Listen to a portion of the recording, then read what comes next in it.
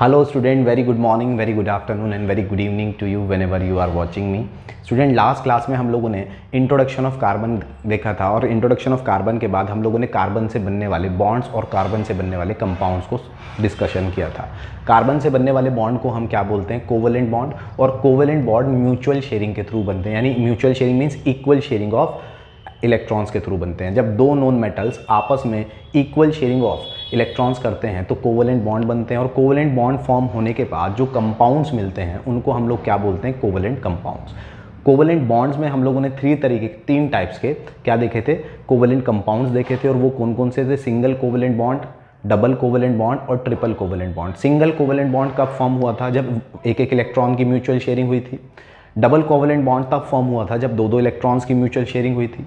और triple covalent bond तब form हुए थे जब तीन तीन इलेक्ट्रॉन्स की म्यूचुअल शेयरिंग हुई थी। तो आज जब हम लोगों ने बॉन्ड समझ लिए थे लास्ट क्लास में, तो आज हम लोग डिस्कस करने वाले हैं कोवेलेंट कंपाउंड्स। तो चलिए स्टार्ट करते हैं कोवेलेंट कंपाउंड्स को। तो कोवेलेंट कंपाउंड्स की जब बारी आती है तो वो कंपाउंड्स जिनमें जो कोवेलेंट बॉन्ड्स के थ्रू बनते हैं, या कहें कि दो नॉन मेटल्स के आपस में कोवेलेंट बॉन्ड बनाने के बाद बनते हैं, तो वो क्या कहलाते हैं? Covalent compound. तो पहले कोवेलेंट कंपाउंड की डेफिनेशन लिखते हैं। तो क्या होती है कि those compounds which are formed by the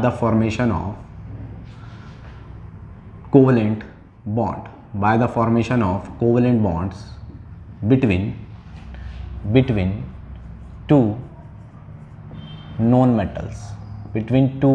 known metals are called, two or more than to भी कर सकते हैं, टू और यहाँ लिख देता हूँ और मोर देन टू, क्योंकि कई बार दो से ज़्यादा नॉन मेटल्स भी है। Two or more than two non metals are called covalent compound. तो कोवेलेंट कंपाउंड की डेफिनेशन क्या बनी स्टूडेंट? हम लोगों ने लिखा कि those compound which are formed by the formation of covalent bond, वो कंपाउंड जो कोवेलेंट बॉन्ड के फॉर्मेशन के थ्रू बनते हैं। और कब? जब दो या दो से, जब between two or more than two non metals, ठीक है, covalent bonds between two or more than two non metals, यानी जब कोवेलेंट बॉन्ड बनते हैं और किसके बीच बनते हैं? दो या दो से ज़्यादा नॉन मेटल्स के बीच में कोवेलेंट बॉन्ड बनते हैं, तो ऐसे बनने वाले कंपाउंड को क्या बोला जाता है? कोवेलेंट कंपाउंड बोला जाता है। अब कोवेलेंट कंपाउंड स्टूडेंट जो होते हैं, इनको जब हम फर्दर क्लासिफिकेशन लाते हैं कोवेलेंट कंपाउंड्स का, जब हम फर्दर क्लासिफिकेशन करते हैं तो कोवेलेंट कंपाउंड्स भी टू टाइप्स के हो जाते हैं। एक को बोला जाता है नॉन पोलर, फर्स्ट वाले होते हैं non polar covalent compound, covalent compounds. और सेकंड जो होते हैं उनको बोला जाता है पोलर, सेकंड वालों को बोला जाता है पोलर कोवेलेंट कंपाउंड। अब पोलर कोवेलेंट कंपाउंड्स क्या होते हैं और नॉन पोलर कोवेलेंट कंपाउंड्स क्या होते हैं, उनको डिस्कस करते हैं। तो चलिए स्टार्ट करते हैं नॉन पोलर कोवेलेंट कंपाउंड से। अब जब कोवेलेंट कंपाउंड दो तरीके के हो गए और हम किसको डिस्कस करने वाले हैं? अब नॉन पोलर कोवेलेंट कंपाउंड। अब नॉन पोलर कोवेलेंट कंपाउंड की पहले डेफिनेशन लिखते हैं और उसके बाद उसको समझते हैं। Non polar covalent covalent compounds की जब हम बात करेंगे स्टूडेंट, तो एक्चुअल में ये क्या होते हैं? तो हम इनकी डेफिनेशन में कहेंगे कि those compounds which are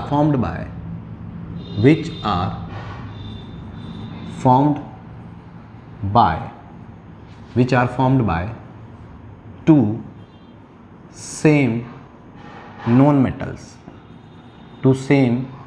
metals which are also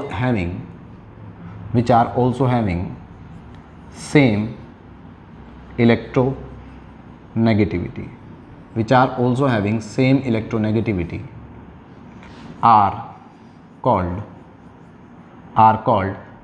non-polar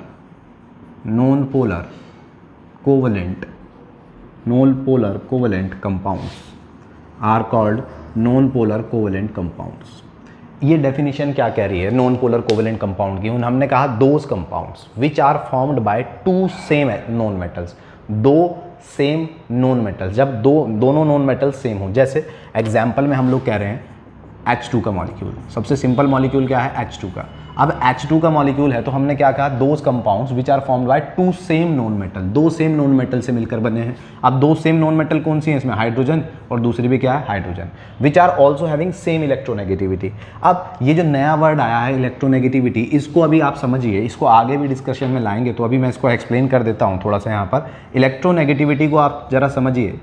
electronegativity का मतलब होता है tendency to attract the shared pair of electrons towards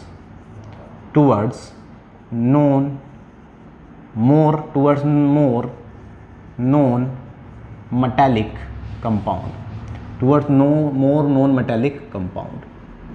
इसका मतलब क्या है बच्चों, ये जो है इलेक्ट्रोनेगेटिविटी एक प्रोसेस है जिसके अंदर दो एलिमेंट्स में से जो एलिमेंट ज़्यादा क्या होता है, ज़्यादा हम कहें नॉन मेटेलिक होता है, वो शेयरिंग वाले इलेक्ट्रॉन्स को अपनी ओर खींच लेता है, तो शेयरिंग वाले इलेक्ट्रॉन्स को अपनी ओर खींचने की टेंडेंसी को क्या बोला जाता है, इलेक्ट्रोनेगेटिविटी। अब यहाँ पर क्या है, हाइड्रोजन की जितनी इलेक्ट्रोनेगेटिविटी है, यानी हाइड्रोजन की जितनी नॉन मेटेलिक टेंडेंसी है उतनी ही इस वाले हाइड्रोजन की नॉन मेटेलिक टेंडेंसी है।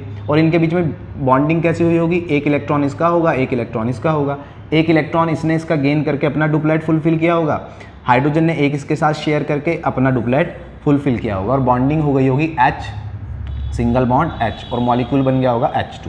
ठीक है, तो अब होगा क्या, इलेक्ट्रोनेगेटिविटी देखिए, तो ये जो कंपाउंड है ये कौन सा कंपाउंड है, ये है non polar covalent compound. Non polar covalent compound की डेफिनेशन भी तो यही कह रही है कि वो कंपाउंड जो दो सेम एलिमेंट से मिलकर बने होते हैं, दो सेम नॉन मेटल से मिलकर बने होते हैं, और जिनकी इलेक्ट्रोनेगेटिविटी भी सेम होती है। इलेक्ट्रोनेगेटिविटी का मतलब शेयरिंग वाले इलेक्ट्रॉन्स को अपनी ओर खींचने की टेंडेंसी भी सेम है। ये जो शेयरिंग वाले दो इलेक्ट्रॉन्स हैं, जितना हाइड्रोजन अपनी ओर खींचने की कोशिश कर रहा है, यही वाला हाइड्रोजन उन्हीं इलेक्ट्रॉन्स को अपनी ओर खींचने की कोशिश कर रहा है, और दोनों की क्या है, दोनों की टेंडेंसी सेम है, दोनों की स्ट्रेंथ सेम है, तो ये इलेक्ट्रॉन कहीं भी नहीं जा रहे, बिल्कुल मिड में रखे हैं, तो इसी को बोलते हैं इलेक्ट्रोनेगेटिविटी। दोनों इलेक्ट्रॉन की इलेक्ट्रोनेगेटिविटी सेम है, दोनों एलिमेंट की इलेक्ट्रोनेगेटिविटी सेम है, जिसकी वजह से इलेक्ट्रॉन कहीं भी मूव नहीं कर रहे हैं और बिल्कुल मिड में रखे हैं।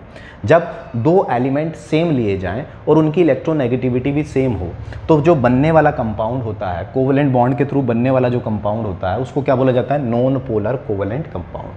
एक दो एग्जाम्पल और ले लेते हैं नॉन पोलर कोवेलेंट कंपाउंड के, तब तक आप डेफिनेशन को कवर कर लीजिए। ठीक है, तो एक दो एग्जाम्पल अगर हम लें तो नेक्स्ट एग्जाम्पल मैं क्या ले सकता हूँ नॉन पोलर कोवेलेंट कंपाउंड का, तो देखिए आप कोई और एग्जाम्पल लेते हैं। जैसे कि मैंने ले लिया Cl2। अब Cl2 लूँ तो एक क्लोरीन के आउटर मोस्ट में कितने इलेक्ट्रॉन्स होंगे, 7। सेकेंड वाले क्लोरीन के आउटर मोस्ट में भी कितना इलेक्ट्रॉन होंगे, 7। दोनों को ऑक्टेट फुलफिल करने के लिए 1 इलेक्ट्रॉन्स की नीड है।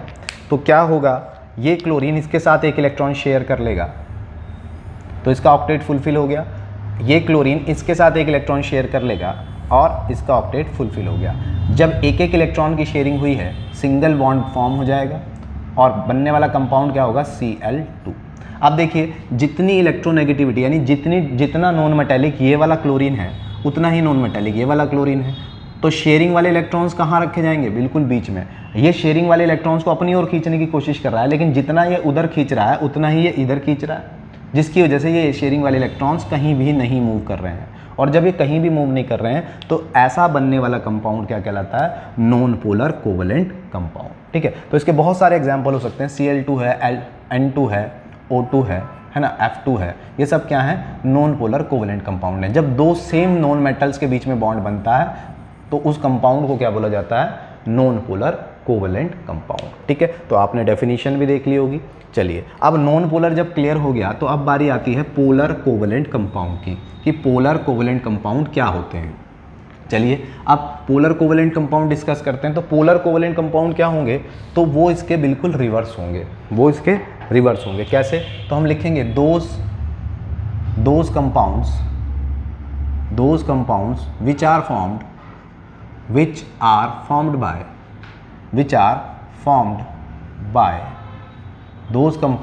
are formed by the reaction between mutual sharing, which are formed by the mutual sharing of electron, mutual sharing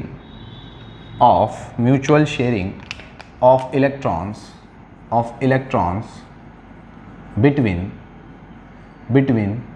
two different known metals,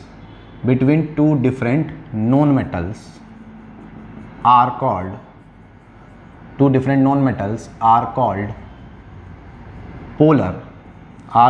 polar covalent compound, polar covalent compounds. ठीक है, यानी हमने क्या कहा कि वो compound which are formed by mutual sharing, बराबर की साझेदारी के थ्रू बनते हैं, of electron between two different non metals. अभी पहले वाले क्या थे, दोनों नोन मेटल्स सिमिलर थे, तो क्या बना था, नॉन पोलर कोवेलेंट कंपाउंड। यहाँ क्या होता है, दो जो नोन मेटल हैं वो डिसिमिलर है, सेम नहीं है। एग्जाम्पल में बात करते हैं, एग्जाम्पल हो जाएगा इसका HCl, NH3, CO2, ठीक है, H2O। ये सारे कंपाउंड्स क्या हैं, दो non metal, different non metal से मिलकर बने हैं। यहाँ हाइड्रोजन और क्लोरीन है, यहाँ एक नॉन मेटल नाइट्रोजन है, दूसरा हाइड्रोजन है, यहाँ एक कार्बन है, दूसरा ऑक्सीजन है, यहाँ एक हाइड्रोजन है, दूसरा ऑक्सीजन है। ठीक है, SO2। ये सारे क्या हैं, ये सारे के सारे क्या हैं, ये सारे के सारे आपके क्या हैं, पोलर कोवेलेंट कंपाउंड। अब देखिए इसमें क्या होगा कि हाइड्रोजन है, Cl है, क्या हुआ होगा कि Cl के आउटर मोस्ट में 7 इलेक्ट्रॉन्स होंगे और हाइड्रोजन के आउटर मोस्ट में एक ही इलेक्ट्रॉन होगा। हाइड्रोजन को अपना क्या फुलफिल करना है, डुप्लेट। हाइड्रोजन को अपना डुप्लेट फुलफिल करना है, तो ये हाइड्रोजन क्या करेगा, एक इलेक्ट्रॉन क्लोरीन का शेयर कर लेगा और अपना डुप्लेट फुलफिल कर लेगा। वहीं क्लोरीन को भी अपना ऑक्टेट फुलफिल करना है, तो क्लोरीन हाइड्रोजन से एक इलेक्ट्रॉन शेयर कर लेगा और अपना ऑक्टेट फुलफिल कर लेगा। अब होगा क्या कि हाइड्रोजन और क्लोरीन के बीच में एक एक इलेक्ट्रॉन की शेयरिंग हुई है, तो इनके बीच में बनेगा एक बॉन्ड। ठीक है, एक बॉन्ड बन जाएगा। लेकिन अभी हुआ क्या था कि वहाँ पर इलेक्ट्रोनेगेटिविटी सेम थी दोनों एलिमेंट्स की। इलेक्ट्रोनेगेटिविटी का मतलब the tendency to attract the electron, electron को अट्रैक्ट करने की टेंडेंसी सेम थी। लेकिन यहाँ क्या है, यहाँ दो अलग अलग एलिमेंट्स हैं। जब यहाँ एलिमेंट्स अलग अलग हैं तो इनकी tendency to attract the electron भी अलग अलग होगी। अब tendency to attract the electron किस बात पर डिपेंड करती है, मोर नॉन मेटालिक नेचर पर। जिसके अंदर जितना ज़्यादा नॉन मेटालिक नेचर होगा उसकी टेंडेंसी इलेक्ट्रॉन्स को अट्रैक्ट करने की ज़्यादा होगी। और नॉन मेटालिक ज़्यादा कैसे होगा, तो आपको पता होना चाहिए कि पीरियोडिक टेबल में अगर हम जितना राइट में जाएंगे है ना, इधर से इधर मूव करेंगे, जितना उधर की तरफ जाएंगे उधर की तरफ नॉन मेटालिक कैरेक्टर बढ़ता है। और आपको पता है क्लोरीन, अगर पीरियोडिक टेबल का डिज़ाइन आपने देखा है तो क्लोरीन यहाँ होता है लास्ट वाले ग्रुप से पहले इस वाले 17 ग्रुप में क्लोरीन होता है। तो क्लोरीन बहुत ज़्यादा राइट में है, और जो एलिमेंट जितने ज़्यादा राइट में होता है पीरियोडिक टेबल में उतना ज़्यादा नॉन मेटालिक होता है। तो इन शॉर्ट क्लोरीन बहुत ज़्यादा नॉन मेटालिक है, किसके कंपैरिजन में, हाइड्रोजन के कंपैरिजन में। और अभी बताया था कि जो नॉन मेटालिक होता है वो शेयरिंग वाले इलेक्ट्रॉन्स को अपनी ओर खींच लेता है। तो ये जो दो इलेक्ट्रॉन्स हैं, बीच में नहीं रखे जाएंगे। ये क्लोरीन क्या करेगा, इन इलेक्ट्रॉन्स को अपनी ओर अट्रैक्ट कर लेगा, यानी ये बॉन्ड बीच में ना बन के क्या हो जाएगा, इधर की ओर शिफ्ट हो जाएगा, क्लोरीन की तरफ शिफ्ट हो जाएगा। यानी ये दो इलेक्ट्रॉन्स क्या थे, नेगेटिव चार्ज ज़्यादा किधर की तरफ मूव हो गया, क्लोरीन के पास नेगेटिव चार्ज मूव हो गया, इसलिए क्लोरीन के ऊपर आ गया पार्शियली नेगेटिव चार्ज, मीन्स थोड़ा चार्ज ज़्यादा हो गया। और इसके पास नेगेटिव कम हो गया क्योंकि ये जो शेयरिंग वाला इलेक्ट्रॉन्स था वो उधर को चला गया, तो ये क्या हो गया, इसके पास पॉजिटिव बढ़ गया, तो ये हो गया पार्शियली पॉजिटिव चार्ज। जब किसी एलिमेंट पर पार्शियली नेगेटिव और पार्शियली पॉजिटिव चार्ज आ जाए तो ऐसे कंपाउंड्स को बोला जाता है पोलर कंपाउंड्स। और कैसे polar compound, polar covalent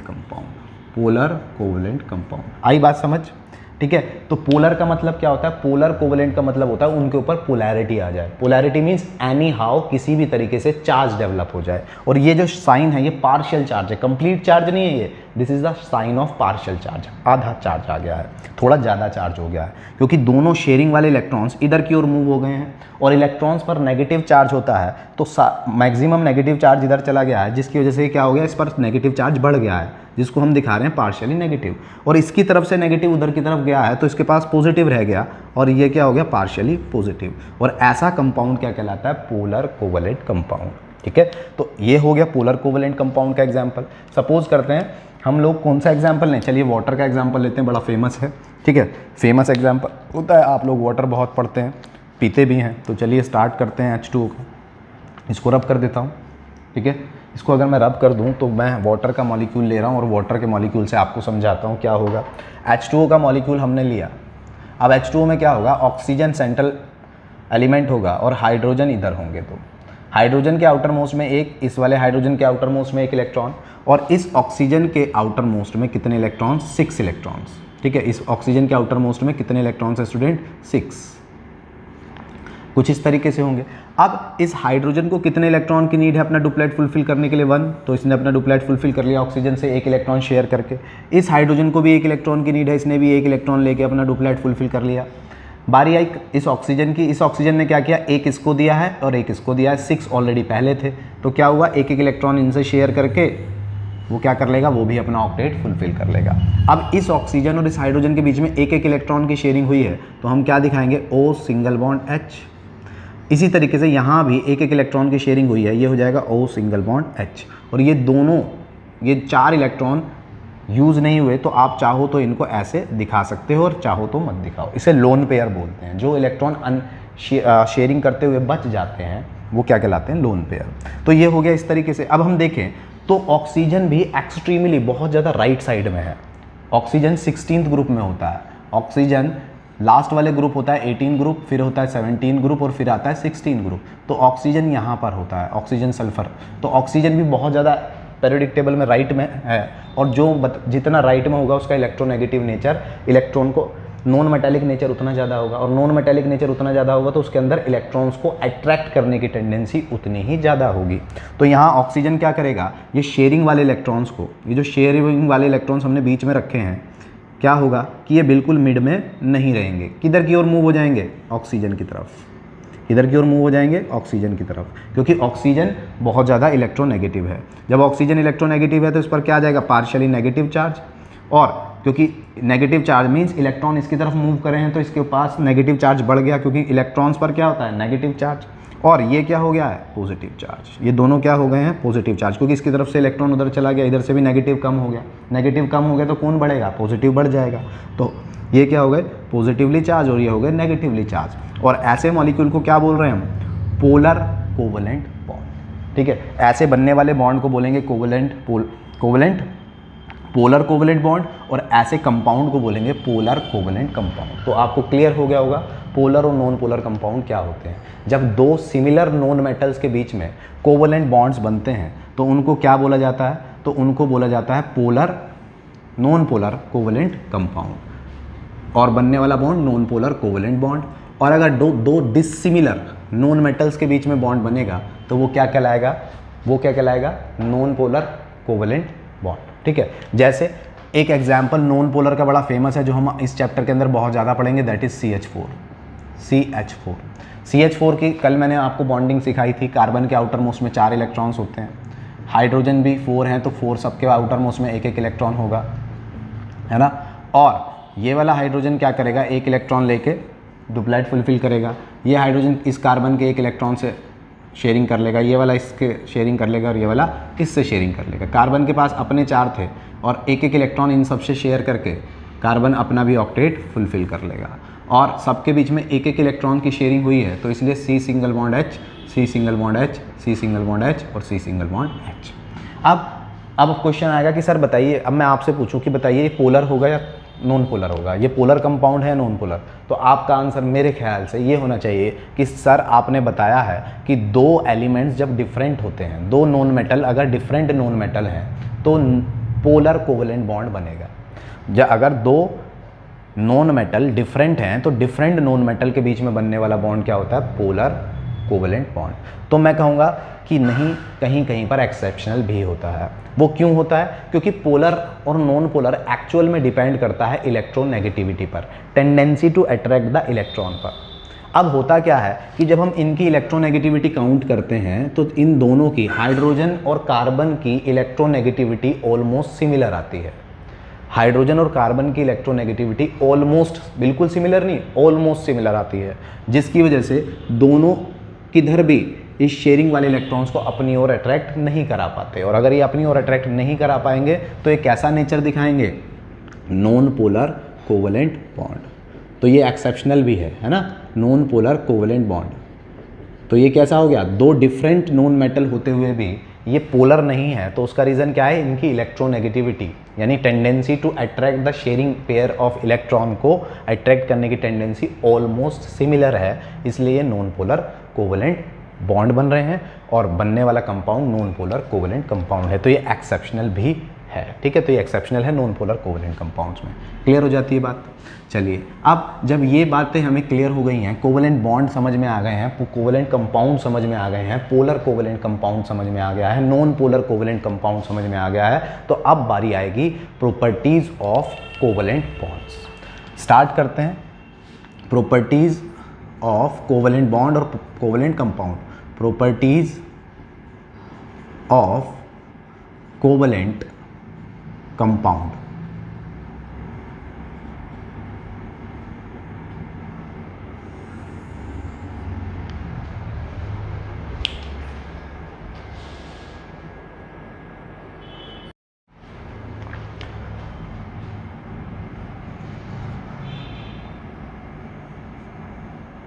properties of covalent compound. तो चलिए स्टार्ट करते हैं आप प्रॉपर्टीज ऑफ कोवेलेंट कंपाउंड। तो कोवेलेंट कंपाउंड की फर्स्ट प्रॉपर्टी क्या है, तो फर्स्ट प्रॉपर्टी तो होगी दे आर फॉर्म्ड बाय किससे, चाहे नॉन पोलर कोवेलेंट कंपाउंड हो चाहे पोलर कोवेलेंट कंपाउंड हो, बनते कैसे हैं, they are formed by mutual sharing of electrons, mutual sharing of electrons. ये म्यूचुअल शेयरिंग ऑफ इलेक्ट्रॉन्स के थ्रू ही बनते हैं, ये तो बात फिक्स है। फर्स्ट प्रॉपर्टी हो गई। दूसरी प्रॉपर्टी की बात करूं तो सेकंड प्रॉपर्टी होती है फिजिकल स्टेट। फिजिकल स्टेट यानी ये जो कंपाउंड्स हैं, ये फिजिकल स्टेट की बात करूं तो दे आर जनरली, ये क्या होते हैं कंपाउंड, जनरली ये they are generally exist as liquid or gases, but when the molecule having higher molecular mass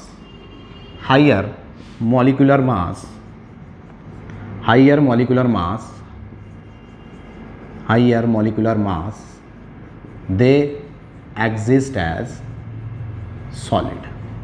means इस लाइन का मतलब क्या है कि कोवेलेंट कंपाउंड जो होते हैं, चाहे वो पोलर हो या नॉन पोलर हो, जनरली या तो वो लिक्विड फॉर्म में एग्जिस्ट करते हैं या फिर गैसियस फॉर्म में एग्जिस्ट करते हैं।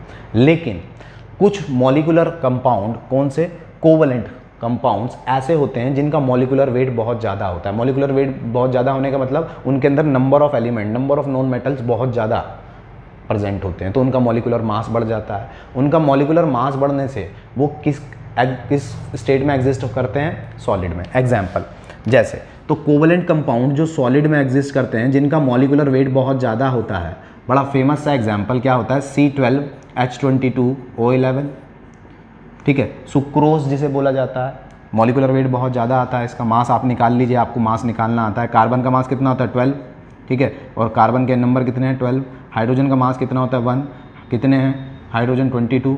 ऑक्सीजन का मास 16 और कितने ऑक्सीजन है, 11। तो आप इसकी जब ऑल ओवर कैलकुलेशन करोगे तो ऑलमोस्ट ये 342 के आसपास आएगा, तो इसका मास बहुत ज़्यादा आता है। इसी तरीके से ग्लूकोज, इसी तरीके से यूरिया, NH2CO NH2, ठीक है, ये सारे के सारे क्या हैं, कोवेलेंट कंपाउंड हैं। और कोवेलेंट कंपाउंड होते हुए भी ये किस फॉर्म में एग्जिस्ट कर रहे हैं, सॉलिड स्टेट में। Generally covalent compound solid state में एग्जिस्ट नहीं करते हैं, लेकिन यहाँ पर कर रहे हैं, तो उसका सबसे बड़ा रीज़न क्या है कि इनका मॉलिक्यूलर वेट ज़्यादा है नॉर्मली। और जो कोवेलेंट कंपाउंड्स होते हैं वो या तो लिक्विड फॉर्म में एग्जिस्ट करते हैं, जैसे आपका लिक्विड फॉर्म में हो गया H2O, ठीक है, फिर हो गया लिक्विड अमोनिया यानी लिक्विड अमोनिया गैस में भी होती है और लिक्विड फॉर्म में भी एग्जिस्ट करती है। H2O है, NH3 है, ठीक है। वहीं गैसेस फॉर्म में तो बहुत सारे कंपाउंड हो सकते हैं, जैसे गैसेस में आपका CO2 है, गैसेस में आपका H2 है, गैसेस में आपका N2 है ना, गैसेस में आपका HCl तो यहाँ आ जाएगा, लिक्विड फॉर्म में एग्जिस्ट करता है, ठीक है, गैस में भी करता है, ठीक है, गैस और लिक्विड दोनों में एग्जिस्ट करते हैं। तो इस तरीके से कहने का मतलब ये है कि कोवलेंट कंपाउंड्स की physical state, covalent compound generally liquid और गैसेस फॉर्म में एग्जिस्ट करते हैं, लेकिन वो कोवलेंट कंपाउंड जिनका मॉलिक्यूलर वेट बहुत ज़्यादा होता है वो सॉलिड फॉर्म में भी एग्जिस्ट करते हैं। तो ये थी दो फिजिकल प्रॉपर्टीज़, हम कहेंगे ये फिजिकल स्टेट और ये म्यूचुअल शेयरिंग ऑफ इलेक्ट्रॉन के बेस पर प्रॉपर्टी। अब हम आगे बढ़ रहे हैं, आप इसको देख लीजिए। इससे आगे क्या अगर हम डिस्कशन में लाएँ तो इससे आगे क्या कर सकते हैं, तो नेक्स्ट प्रॉपर्टी की बात करेंगे हम लोग यहाँ पर। तो नेक्स्ट फिजिकल स्टेट हम लोगों ने यहाँ डिस्कस कर लिया और नेक्स्ट प्रॉपर्टी होगी हमारे पास यहाँ पर। अगर हम अगली प्रॉपर्टी की बात करें तो होता है अगली प्रॉपर्टी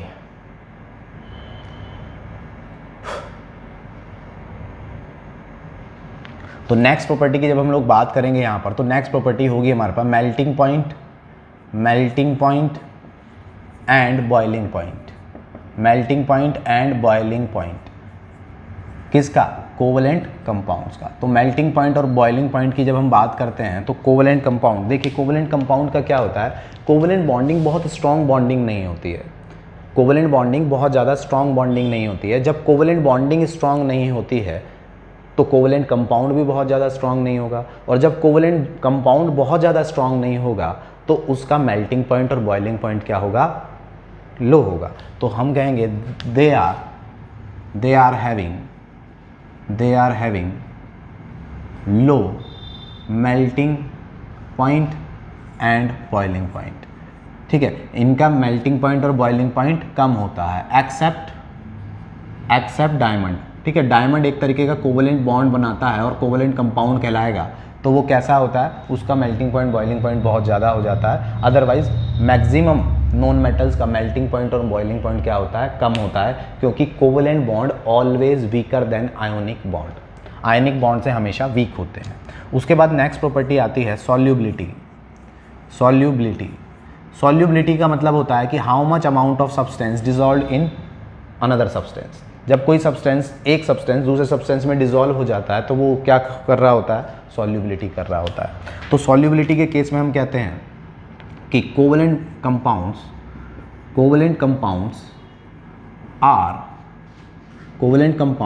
आर जनरली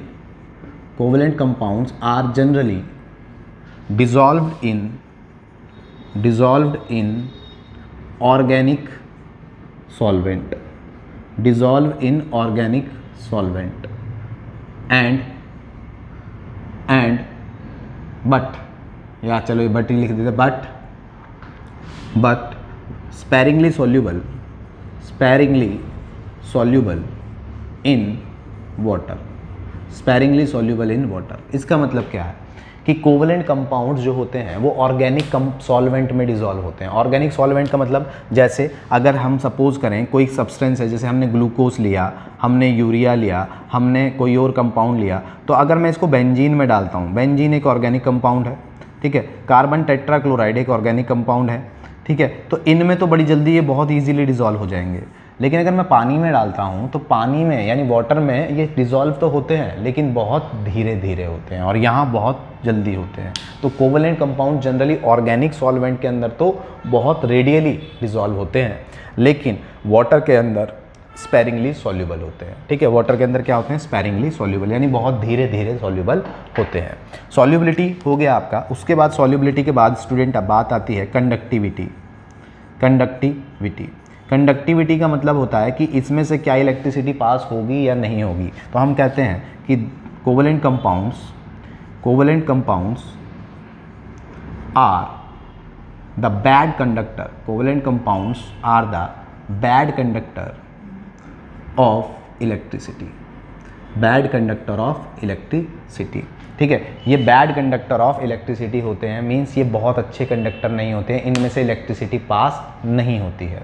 तो इनमें से इलेक्ट्रिसिटी पास नहीं होती है और ये सारी प्रॉपर्टीज़ होती हैं कोवलेंट कंपाउंड्स में। अब जब ये सारी प्रॉपर्टीज़ कोवलेंट कंपाउंड्स में हो जाती है तो हम एक यहाँ पर बहुत इंपॉर्टेंट टॉपिक और डिस्कस करना है और वो है हमारे पास कोवैलेंसी।